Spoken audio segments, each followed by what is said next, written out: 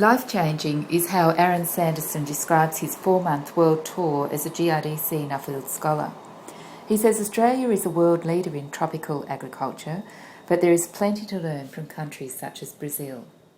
GRDC sponsored my particular scholarship, and I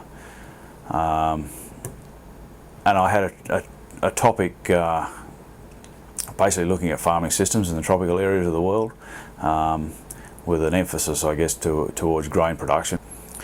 But I wanted to look at areas like Northern Australia has a classic wet season and a dry season, and I just posed a question of what other parts of the world have a similar climate, and what does their farming system look like? You know, what crops do they grow?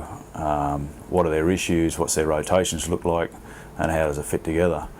On my individual part of my Nuffield travels, I spent some time in southern India and Thailand. Had a couple of weeks in Brazil and also some time in Mexico.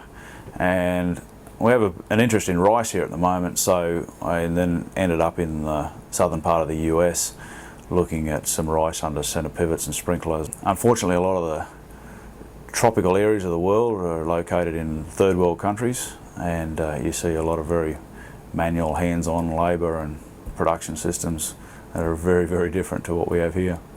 Part of the rider, I suppose, is a lot of interest at the moment in further development in Northern Australia, and so part of this travel was to have a look and see what we could learn in other parts of the world and how that might impact on what we might do down the track in Northern Australia.